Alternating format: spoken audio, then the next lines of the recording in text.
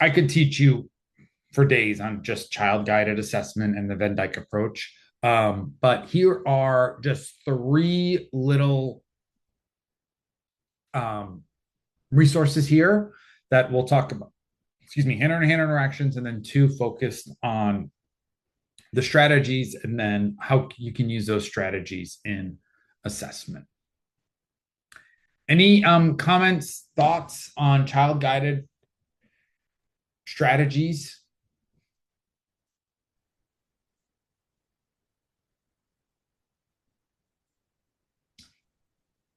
I wish we were all in a room together because this would be the time when I would have a prompt and say, okay, teach the person next to you this using child guided strategies or person guided strategies, and we'd have a little interactive time, but kind of something we really can't do on Zoom. All right, folks, that's 2 out of 7. So we got 5 more to go. We're over the halfway mark. So this is one of my child guided is my absolute favorite, but I think this is my second favorite. And here's one area where, we're talking about vocabulary acquisition. It's clear to see the connection here between communication and literacy. And really just saying, how can we further their vocabulary without symbol, word, representation, knowledge? Comprehension completely stalls. We know that. If I were to give you a text on, I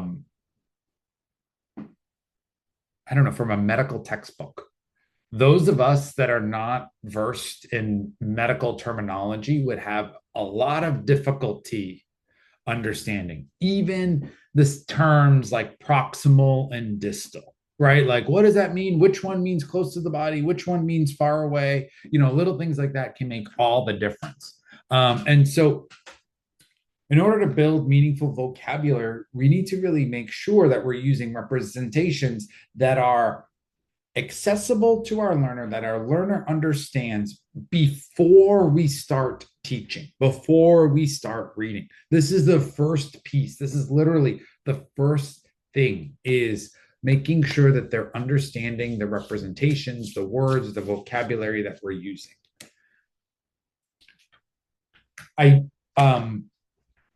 I want to really encourage you, and this is something that I didn't start doing or kind of paying attention to until later in my career, and really thinking about picking high value words to focus on.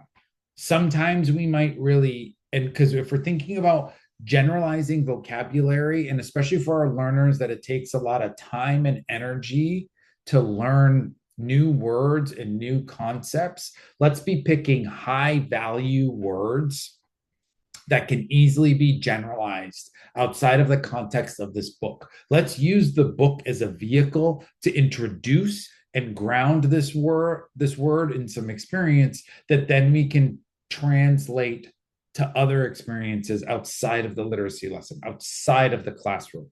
And as opposed to like very technical words.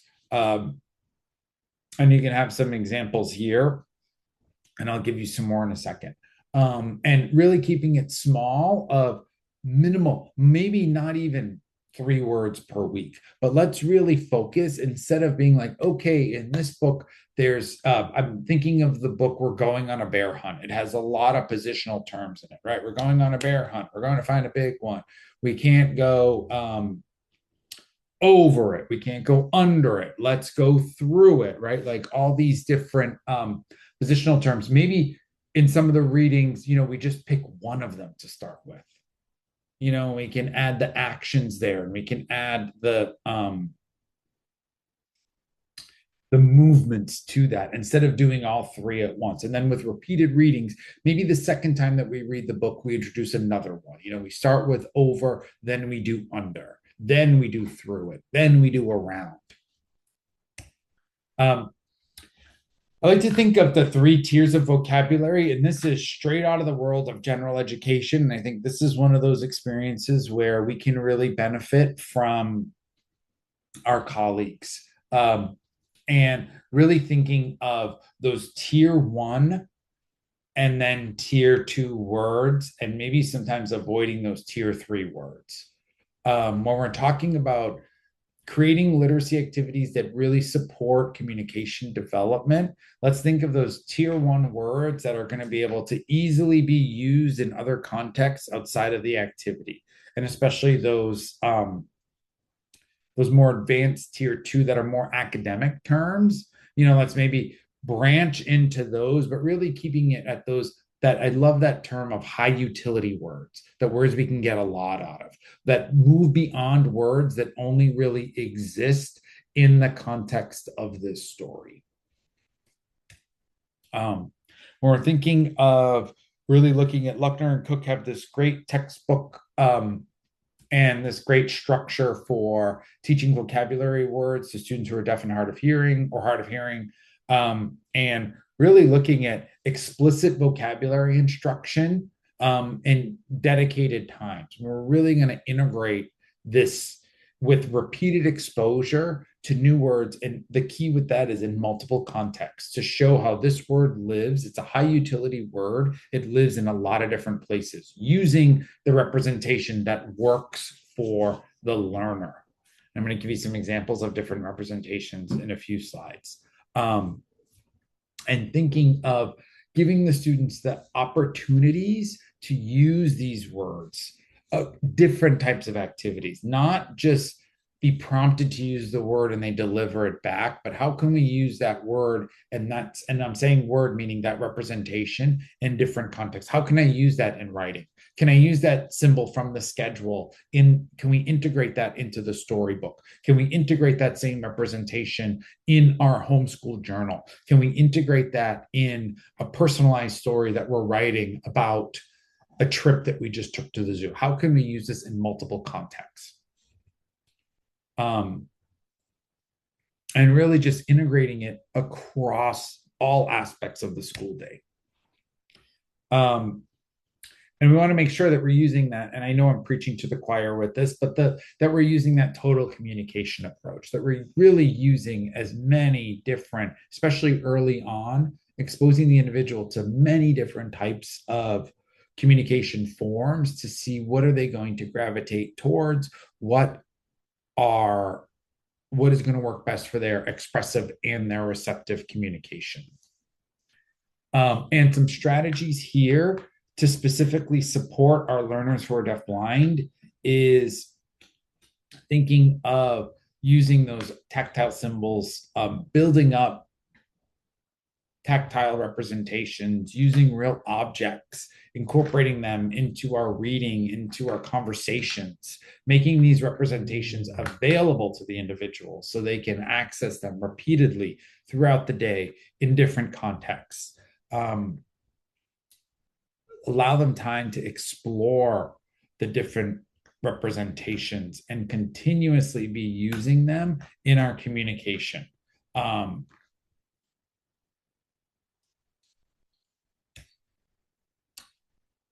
really just integrating them throughout the environment.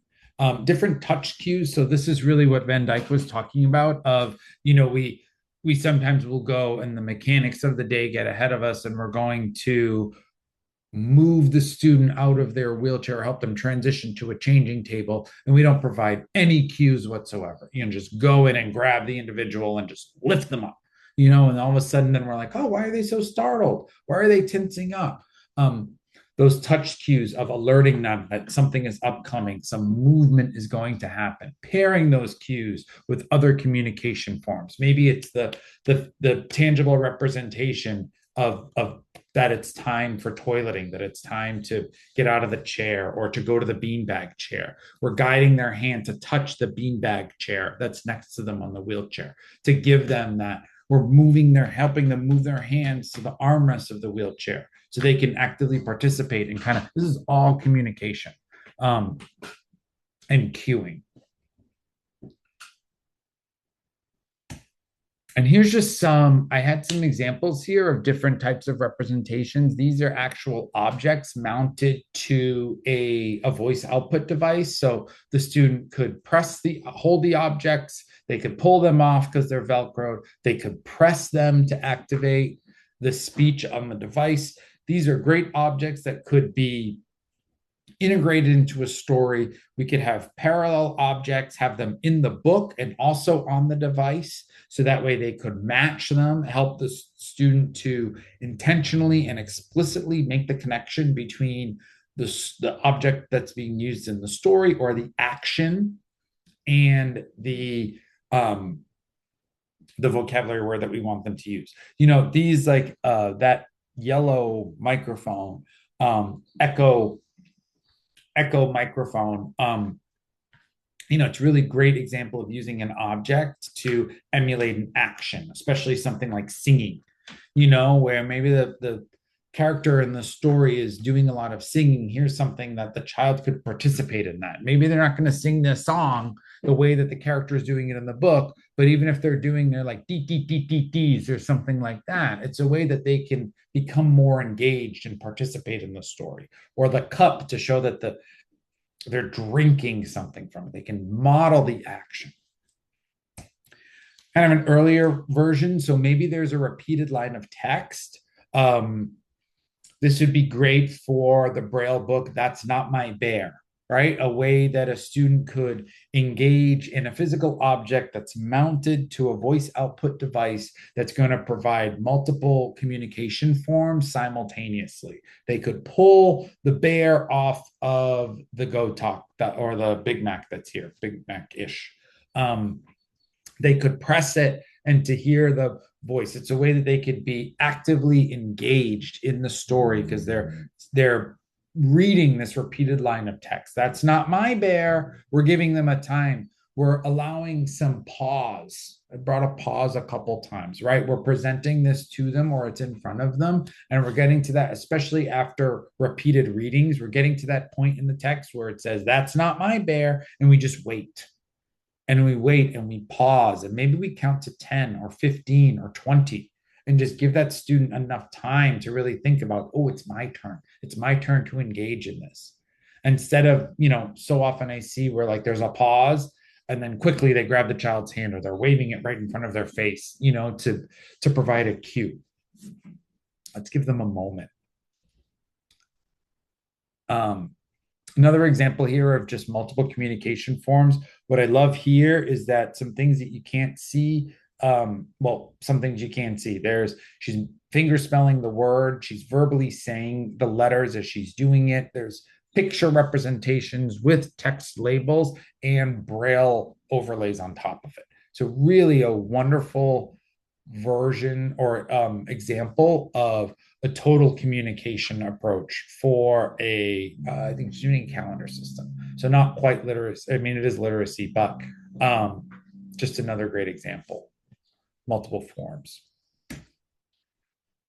TVI's in the room. I'm here with you for this. Let's really think about when we're using objects and how the student is experiencing the object, right? Especially a parts to whole approach. We know that our learners with deafblindness are learning from typically a parts to whole. And are we providing, their experience of using their hands to explore an object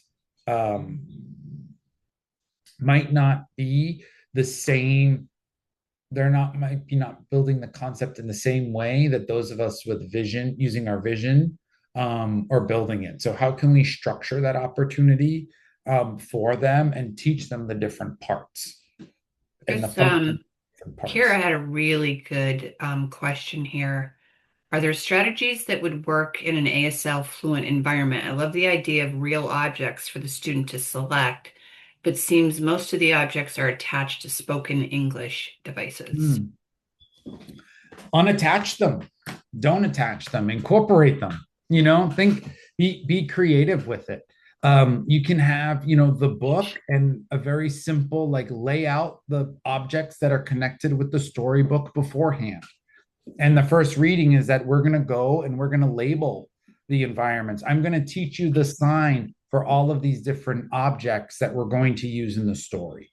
And maybe it's something that we're gonna work on the sign or the spelling and the action that it does. So maybe in this story, ball. So we're gonna spell out BALL. We're going to work on the sign for ball. And we're going to explore the physical ball. And we're going to then model the action that the ball does. The ball bounces. And how do we bounce? We bounce up and down, up and down. So, kind of thinking of it doesn't have to be just with spoken words. We can also add to that a printed label with BALL. Have the students build the letters, right? They can finger spell the letters and then find the magnetic letters to spell ball. Does that help, Kira?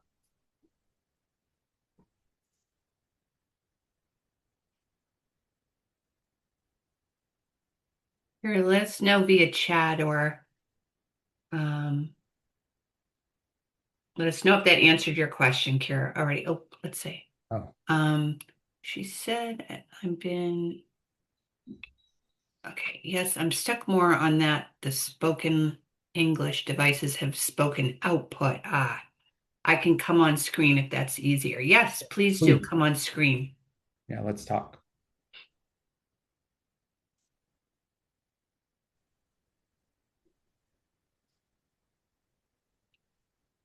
Yes, we can.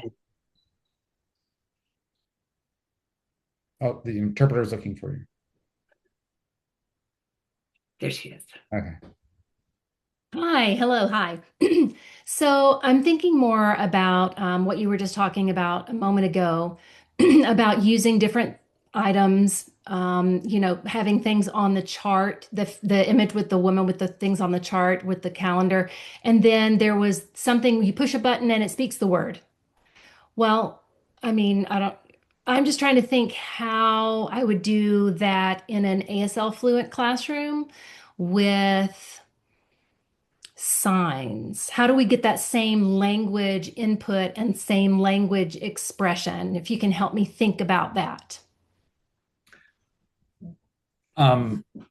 What about as the student selects an item on the chart or points to an item on the chart, then we teach the student the ASL sign that's associated with that object if they don't know it already, or finger spell the object, the name of the object on the chart, and then have them do that back to us. This could even happen. This is a great way of teaching the vocabulary even before a story. Think of it as teaching them the vocabulary that they are going to expressively use and modeling that for them. How can you model? How can you go through and maybe one of the times you're reading the story with this chart, you're as you encounter the items in the story, you're retrieving them from the chart and you're exploring them and you're saying like, oh, here's the ball that we have. Remember the ball? What letter does it start with? It starts with the B, right? B, ball. Looking at the actual written letter, the printed B. So it really doesn't, in the example I showed, the speech was just an example of one of the multiple modalities or communication forms that you can be using while you're reading the book, and one of the multiple representations that you can be exchanging with the individual throughout shared reading.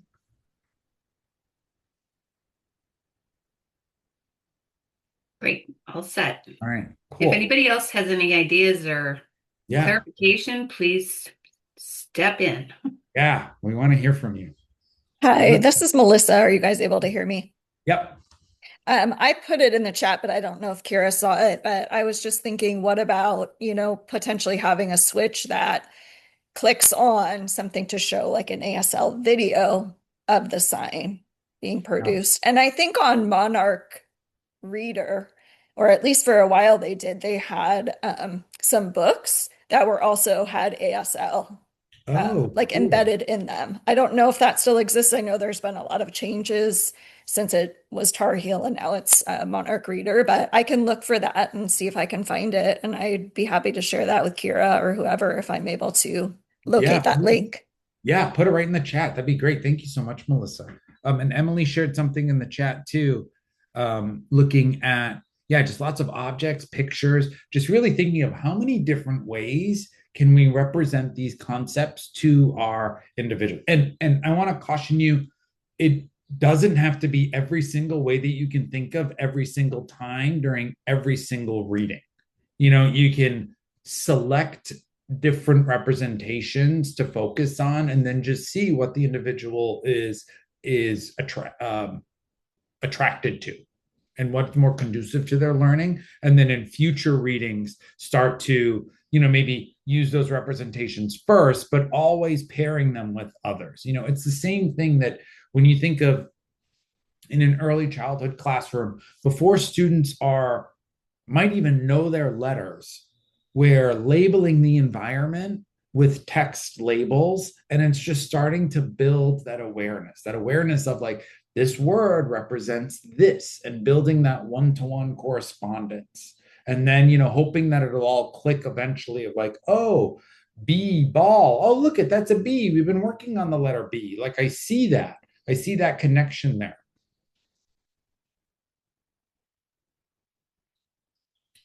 All right. So I have some resources here, some great resources on with different links here for you on the for different resources on vocabulary development. Okay, so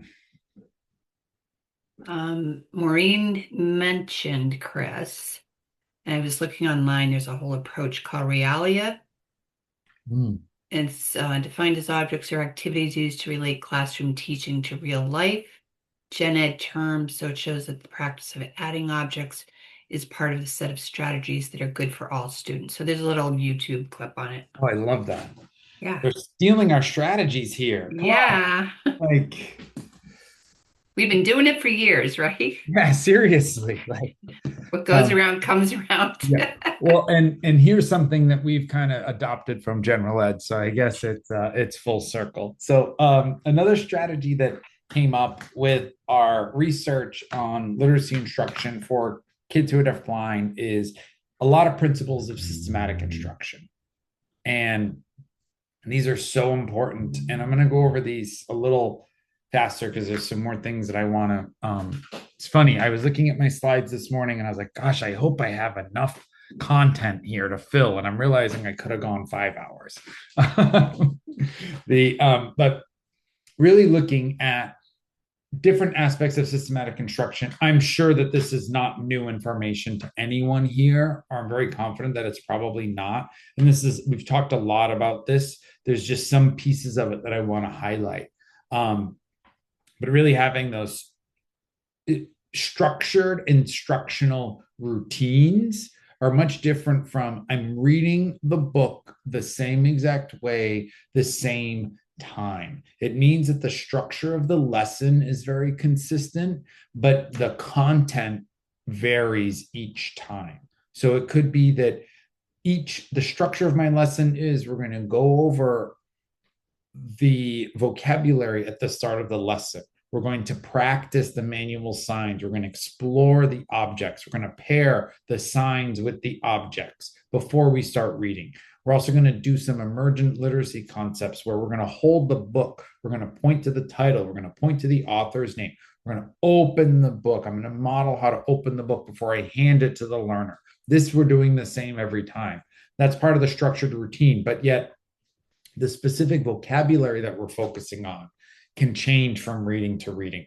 The book itself, we talked about on Wednesday, we can add, initial readings, we can remove some of the pages of the book, remove some of the subplots, and then over repeated readings, add those back in. Build the complexity over time. Those things can change, but we want the overall routine of the activity to stay the same. we want to be careful with prompting, and that's one of the things that I want to go over a little bit. Make sure that we're using wait time, because we know that, especially for our learners that are using different means of responding, they might need some additional time. They might need some time to just ingest the information that we've shared with them, and then also formulate a response and then motor plan to deliver that response. I'm thinking of a student that might also have like spastic cerebral palsy that might need that additional time. They might have the response pretty quickly, but they might need that extra time to motor plan to extend their arm forward to activate a button on their device, or to grab the object and hold it up or hand it to us. The more wait time we use, the less dependent our individuals become on over prompting, because they can quickly learn, like, oh, if I don't respond, they're going to give me the answer. Or that if they continuously are interrupted in their process of producing a response, they're going to quickly learn, like, oh, I don't need to respond, because the outcome of this is they ask a question and then they give me the response. I like this little norm of ask a question, wait, watch the learner, remember those biobehavioral cues, pay attention to the body cues, and then respond. And your response as the adult could be waiting or supporting them as they initiate their response. I could spend a whole 3-hour chunk just talking and teaching about the principles of time delay, but basically thinking of using consistent wait time response after a target stimulus, and that delay before you deliver a prompt. And there's a visual there for you, and that delay could be 3 seconds. It could be a 0-second delay to start where you're immediately giving their answer, or it could be a longer latent period of 10 seconds, 15 seconds, depending on the learner's need. The key with time delay is that that red circle is consistent.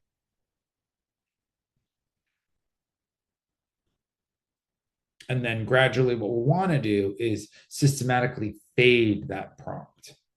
When we're thinking of different prompts, we want to look at different models of, here's a model of most to least, and then the opposite would be least to most, of really, if we're going to decrease the assistance that we provide with a most to least, or we want to slowly increase the level of prompting that we're providing here. And this is going to be dependent on the skill that we're teaching, our level of comfort with the learner. There's a lot that goes into this. These are good terms if you want to learn more on prompting hierarchies, least to most prompts or most to least prompts here. You can look that up. This visual here is a good guide to just kind of seeing the different levels. So if you wanted to do so time delay would be a consistent wait time. And then your first level would be a verbal prompt. Obviously, if they don't have hearing, you would just skip down to a gestural prompt.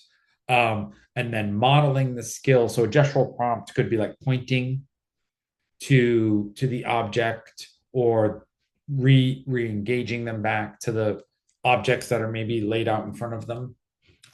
Modeling would be you doing it, and then different levels of assisting the individual to complete the skill or perform the skill.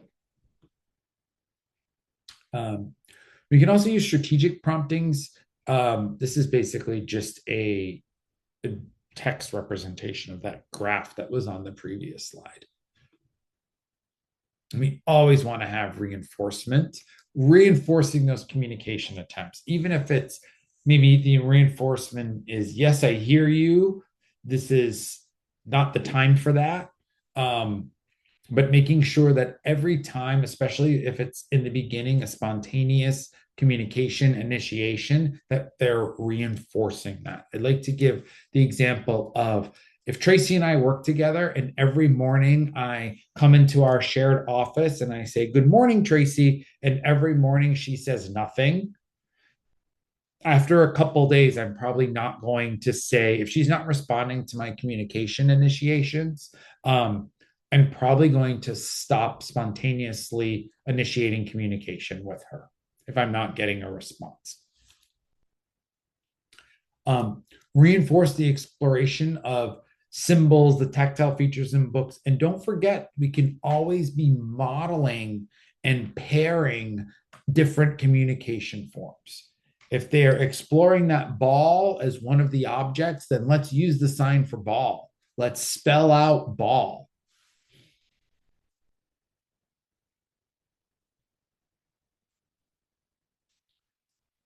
And so I just mentioned, let's have some modeling, and then also let's think of the consistency in which we're delivering prompts and the consistency in which we're labeling vocabulary words, whether it be within the activity, the reading activity, or outside of the activity. Let's think of this. Can we elaborate? Can we allow opportunities for the individual to comment? Let's do this in a consistent and systematic way.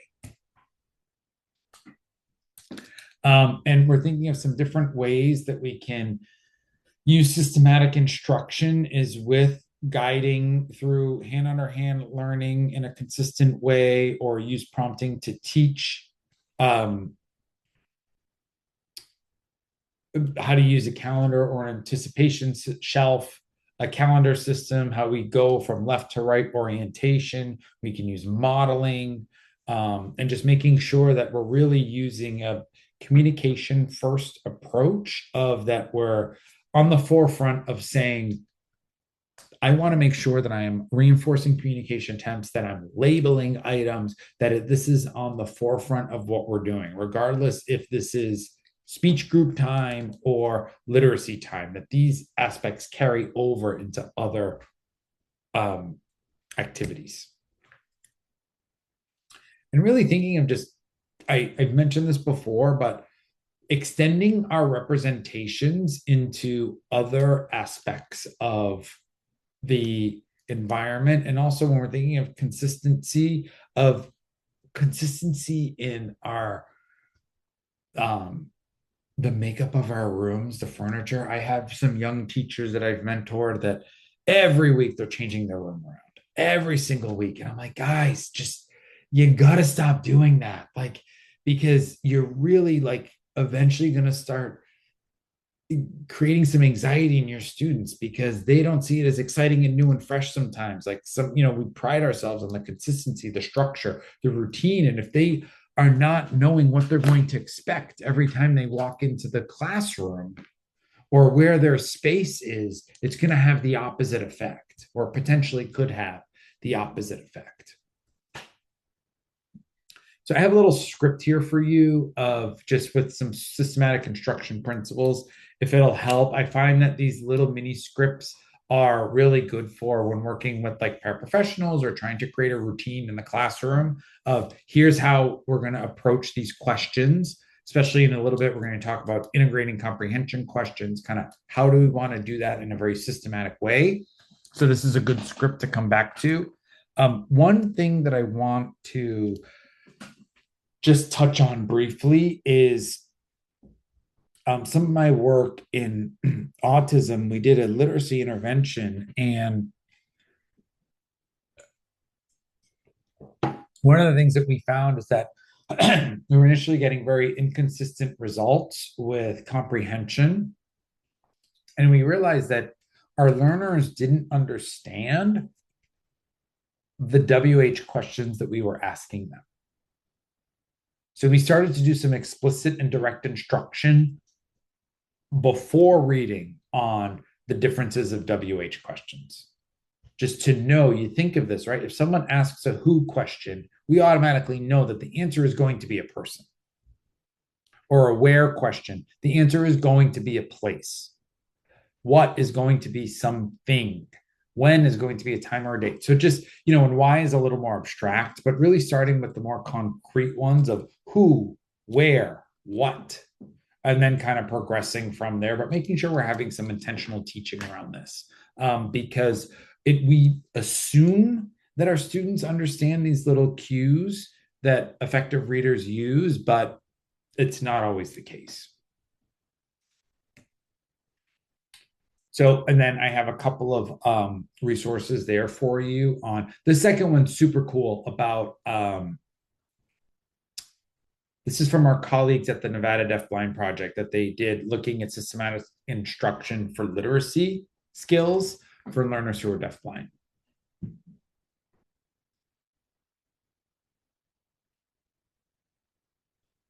So I want to pivot to one of my favorite topics on the, I guess this is like my third favorite because I keep saying this one's my favorite.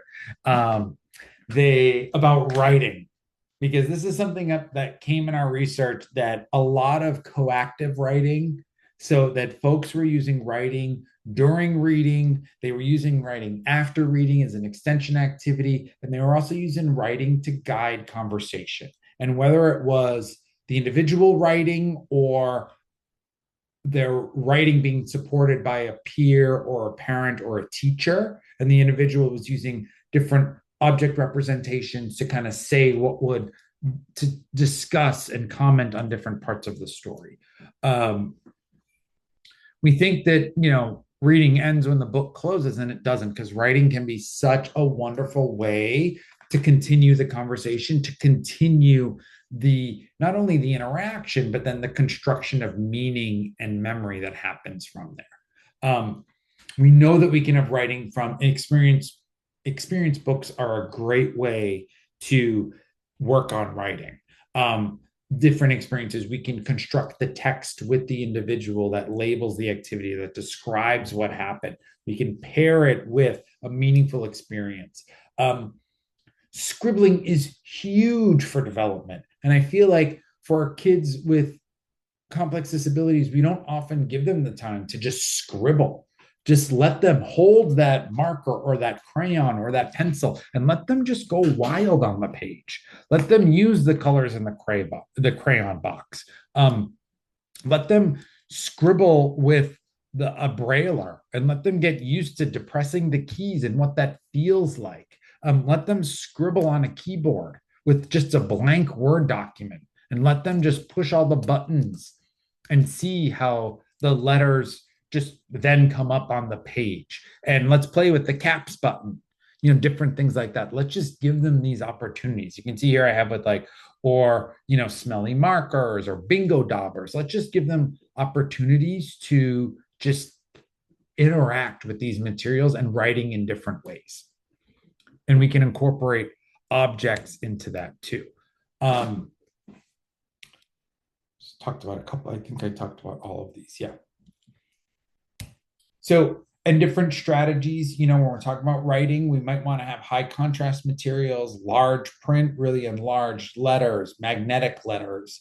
Braille Legos are a great way to start to do some writing with our students, to allow some scribbling. Tactile built up letters, raised line papers. I mean, this is all here for you to reference later, to come back to. I want to focus on coactive drawing, where together we're drawing related on an experience, depending on the individual skills, where maybe they're providing the individual, the partner with objects of reference and the partner's drawing them, or we're using hand under hand to where the learner has their hand on mine as I'm drawing something. And so they're participating in the movements. And we're incorporating those same representations from reading. So now we're recalling the facts. We're having a conversation through writing about what was meaningful. And I want to get together, go ahead. And so these are my kids. And they tell me nothing about what they do. So we were a couple months ago in Hawaii. And my husband and I signed them up for this camp where they went for 3 hours. And I've done a lot of work in Hawaii. I love the culture. I love the laid back attitude, especially around children. So this camp, you know, here on the mainland, I feel like you'd go to a camp and you'd be signing every single consent form for everything. You know, we're going to go in the ocean. There might be a fish. The fish might touch them. If they get a rash, you have to sign off that it's not our fault, you know, like every little thing. there they were like, yeah, we're going to go to the ocean with the kids. We might go on the canoe. We'll see. And I was like, okay. And that's when I dropped them off. And then I picked them up 3 hours later. And this is what they were gone for 3 hours. They came back with some crafts. They were happy. I asked them, did you go on the canoe? Yeah. One said yes. One said no. So I have no information. But we went out to get some lunch, and there you can see Emma just starts drawing. And so she starts drawing, and I thought what she was drawing was cute, so I thought she was finished, so I took a picture of it. And this was the picture. So I asked her what the picture was, and it wasn't until after I asked her, she said, well, oh, this is the canoe we went on. And I said, oh, I said, who? And she said, on the right, she said that was her and her sister. And there were 3 other people in the canoe. And I thought, oh, okay. And then so I was like, oh, that's a cute picture. And I took a picture of it, but then she took it back from me. And she added a little more to it. And so obviously, who knows what that is, right? Like, is it a pterodactyl? Is it, what is it in their picture? And so she said to me, it was, they saw whales when they went out on the canoe. And I said, oh, wow, you saw whales on the canoe? And she said, yes. And I said, well, what else did you have with you on the canoe? And she took the picture back and she drew a little more. And so she said, well, and I guess maybe I had it wrong, but she said her and her sister had to wear life jackets. So maybe they weren't the 2 on the end. And that there were 3 other people paddling the canoe, and that they each got turns to paddle the canoe. Now, mind you, I understand that she's using her verbal speech, and this might not be possible for all our students, but what I'm trying to do is highlight that this conversation can happen back and forth with using multiple representations, because she's not giving me a lot of information here. It's after she's done drawing, she's using drawing as the medium to organize her thoughts. And then it's giving me prompts that I can build off of to ask her the right questions. So then I learned that they actually saw a whale jumping out of the water. It spouted some water. So that's the blue kind of cloud there. 3 people were paddling the canoe. They each got a turn to paddle, and they had to wear yellow life jackets. And they also saw, you can see there were a lot of birds in the sky. They got to see a turtle in the water, and I don't know what that is on the right that they saw, but they saw something else that was big. She didn't remember when I asked her. And then she finally finished by putting her name on the paper. So I thought this was such a wonderful, it just happened like that morning. Tracy and I had been emailing about this presentation, and this happened at lunch. And I was so glad that I had just snapped pictures of it. And halfway through the activity, she would finish and she would hand it to me and say, okay, Daddy, take the picture now. And it was really funny, but I thought it was really cool to just illustrate how it evolved. We can use drawing as a way to really, even in experience, kind of bring it out after and help our students deconstruct an experience, even if it was maybe, Emma didn't have to use her voice, that maybe if she used objects, or she had a communication board in front of her, that she could be pointing to different items if she had the vocabulary available to her, and I could be drawing them on the page. And she could be maybe pointing to the page of different characteristics to continue to add to it, to help illustrate the entire conversation that we had. I did end up running into their teacher later that day, and she did confirm all these things. And I was astonished that they actually took a huge outrigger canoe out and went way, way out offshore, and they saw multiple whales and sea turtles and all the so she wasn't lying. She was legit in everything she was telling me about their experience on the canoe. I have a couple of resources there for you on drawing. Any questions, comments, thoughts on those? We have 2 more strategies to cover. Home stretch here, folks.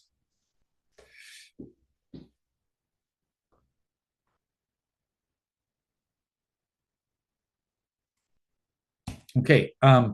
So I'm going to briefly go over touch and tactile strategies. I'm sure most of you were in Susan's talk yesterday, and she does circles around me with this content, but I just have a few things on here because it's something that came up in our work a lot. And we know that the issue is that touch access is essential for so many of our learners who are deafblind to help them really develop the concepts and to access the materials. And so really thinking about where's the learner at with tactile access to materials, celebrating tiny steps. But one of the things that I want to caution with adding tactile components to a book is they might look meaningful to us with vision because we're using our vision to help interpret this, but are they really going to be meaningful to someone who's relying more on touch? And so a gauge that I would always use is I would add tactile adaptations to a book. I would then find someone, whether it be my SLP or one of my aides who hadn't seen the tactile adaptations, and ask them to close their eyes. And I would present them with the book and then ask them if they could differentiate between the different tactile supports that I had added to the book to really see, like, is this something that the learner will be able to differentiate? Is this going to add some meaning? Again, really looking at incorporating as a tactile component of hand under hand instruction that can really support the individual to gradually increase their use of touch if they are exhibiting tactile defensiveness, and then incorporating as many tactile materials as possible. This is even great for our students who have full vision. Like, this is not just exclusive to low vision blindness and deaf blindness. Like, this can help a variety of students because this is just using different communication representations to really like help highlight aspects of the story or help just build the complexity.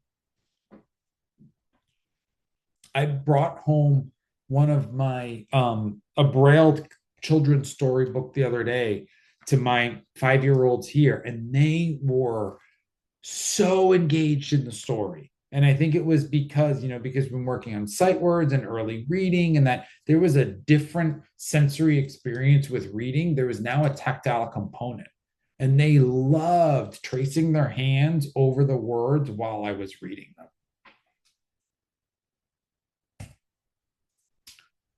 And this also relates to touch cues that we can be providing on a learner's body, but then also object cues that we can help with transitions and predictability, build it, anticipation. I have some examples here. This is an example of tangible symbols where the mounts that they are on indicate different parts of speech. They have tactile representations mounted to the little plastic cards.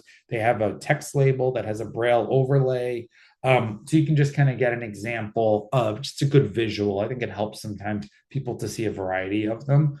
I want to say that these are very abstract. And so this is like a more advanced level of tactile representations. This isn't where you would necessarily start, but it always depends on the learner and their level of understanding and the whole team approach to it. Here's just another example of tactile representations integrated on a book in a book format, or they're on different sheets. And I'm sure you got a lot of resources from Susan. So here are some other ones here on tactile symbols and different strategies that you can use with young children.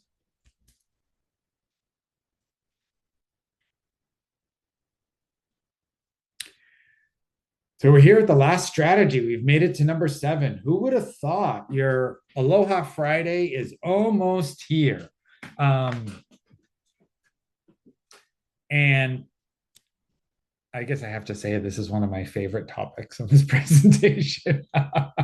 Comprehension. I feel like this is where it all comes together. This is what we've been building towards. We've been building towards talking about different ways that we can, it's really, bookended. on attention and engagement is what we started with. And then really that and everything else in the middle lends to how are we building comprehension of the content of the story and also supporting communication. So we know that participation does not always equal comprehension. Just because someone is participating in the activity, are they making meaning from it? Are they interacting authentically with the different representations? So I divided this section up into before, during, and after reading. How, before we're using our shared reading, how can we start to build comprehension? This is from a paper that Susan and I wrote a few years back. This was kind of based on the results that we got from the survey in the field, and then we kind of compared it with what we know about reading instruction to really say, how does this work for learners who are deafblind? And we did the whole paper on meaning-making comprehension. And before reading, looking at what we started today talking about, gaining and sustaining their attention, looking at their biobehavioral states. Is this student ready to learn? Are they maintaining that level of readiness to be engaged throughout the activity? Are they getting the correct visual and auditory inputs that they need? Before we even start reading, are they having an opportunity to explore the materials, to go through the book? In Gen Ed, we'll use the term, are we doing a picture walk through the book? Are we making predictions? Are we going through, why can't we be using these same strategies with our students? Are they having time to explore the different objects that we'll be using? Are we labeling the vocabulary? Are we giving them time to use the voice output device before? Because then it's decreasing the novelty that it has and the distractibility that it can have during the activity. While we're reading, have we, and this is what we talked about a couple days ago, have we individualized the text for the learner? Are we building complexity over time through strategic rereadings of the book? Are we using different strategies? We talked about this earlier to highlight key ideas. Maybe we're using the flashlight strategies or the laser pointer. Maybe we've simplified the images in the text. We've put new pictures in to make it clearer for the individuals. Are we including multiple communication forms? Are we using repetition in the way that we're implementing our lesson in a consistent and systematic way each time, but yet we're building complexity with the content each time with new vocabulary words. We're adding more pages of the story, reintroducing more pages of the story.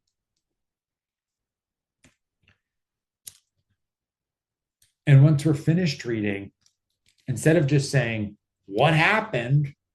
Or instead of just asking then a list of comprehension questions, are we using creative ways to integrate those objects that we've used to build vocabulary before and during reading? Are we extending the use of those objects into extension activities for drawing, for writing? Are we responding to the learner's cues as they take one of those objects and they hand it to us, or they take that text labeled card and they give it to us that represents an action that happened in the story? Are we not only responding, but reinforcing those communication initiations after? Are we supporting the student to use those representations to sequence what happened in the story? Because we've built those representations in of the key actions that happen. Which one happened first? Which one happened next? And then what happened in the story? And I want to say, in the beginning, we can be sequencing the activities as they're happening. Maybe we're using a graphic organizer with 3 simple boxes that are numbered, and we're teaching in that left to right orientation. And as the key representation is encountered in the story that represents a major action, we're taking it out. It's been mounted on the page in the book. We're taking it out and putting it in the first square of that graphic organizer. And then we're the second and then the third. And after the story, we're going back to that graphic organizer and we're saying, like, look what happened first. Look what happened second. Look what happened last in the story to this character, right? We're teaching comprehension skills in the sense that we're teaching the learner to identify the important aspects of the story while we're reading, instead of having it be at the end when we've provided so much information, but there were no guideposts along the way for the student to know what was important. What should they have attended to? And again, this is just building the complexity over time. What can we gradually add to the story while keeping the meaning intact, from a more simplified version to its building in complexity with the rereadings. I think after the reading, we have different opportunities here. And I've talked a lot about these. We can answer questions, ask questions, make sure that if we're using WH questions, that we've had some instruction around what they mean. And there's some resources here for you on comprehension. Any questions, comments, thoughts? We've gone over 7 different, I know I've given you a ridiculous amount of information. And my goal is that then you'll look back on these slides and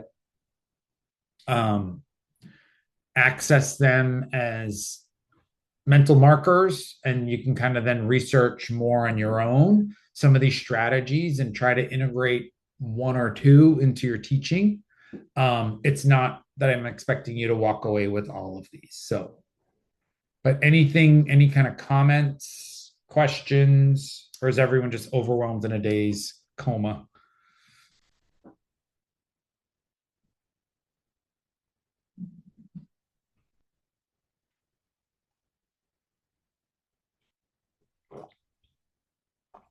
Oh, it's somebody here.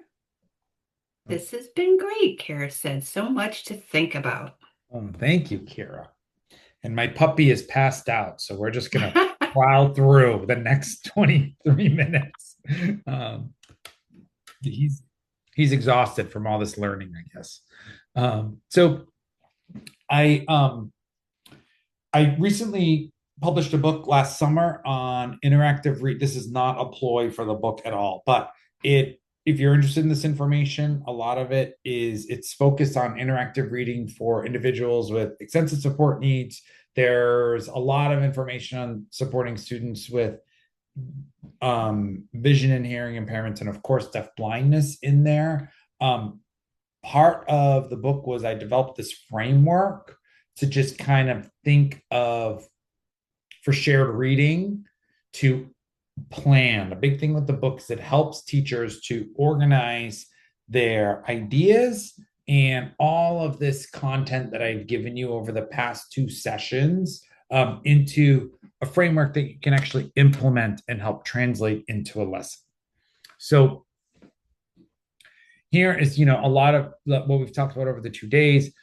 I tried to make it in a very simplistic form of, when you're talking about the materials, are they meaningful to the individual? Are they accessible? Have we individualized them and personalized them?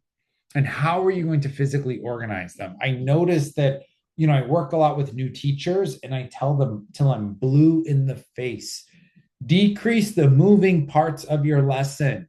You have too many things going on. You have too many, you're not organized. Organize yourselves, organize the different pieces, kind of get your sequence together. What are you going to do with them? You can't be kind of jumbling stuff, especially once you have the learner's attention, you need to capitalize on those precious moments, not be turned around fumbling with materials because you don't have everything that you need. What we talked about today, the middle box, think about the strategies that you're going to use how are you going to support their skills and interest? And this all happens before we even pick a book. How are you going to support their communication? What prior experiences that they had that you could capitalize on and integrate? Is there any vocabulary? What is the vocabulary that you want to pre-teach, and what's your plan for comprehension? And then thinking about the environment too.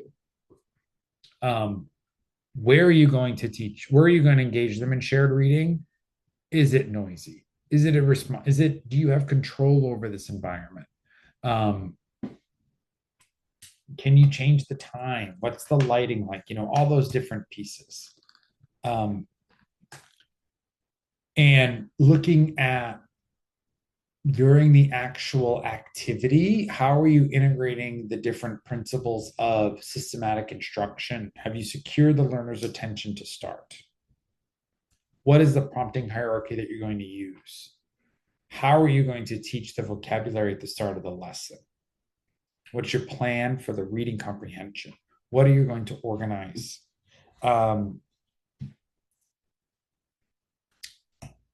And I have here, this is right from the book. There is a lesson planning guide just to kind of think of, and this is just a model and just some examples to think about, like, what types of prompts are you going to deliver and how are you going to deliver them? Maybe the learner doesn't need any prompts to go through, but what are you going to just thinking of it beforehand so you're not kind of going on the fly? What are your high utility words from the text that you want them to generalize in other contexts outside of the story? What are those? Write them down. Doesn't mean that you need to review every single word every time you read the book, but what are they? What is the representation you're going to use? Is it readily available? Have you pre-taught it to the learner? Are they familiar with it? If it's on an AAC device, do they know where to find it? If they have a complex device, do they know where it is? Do they know what the icon is? Do they understand it? What else do they need?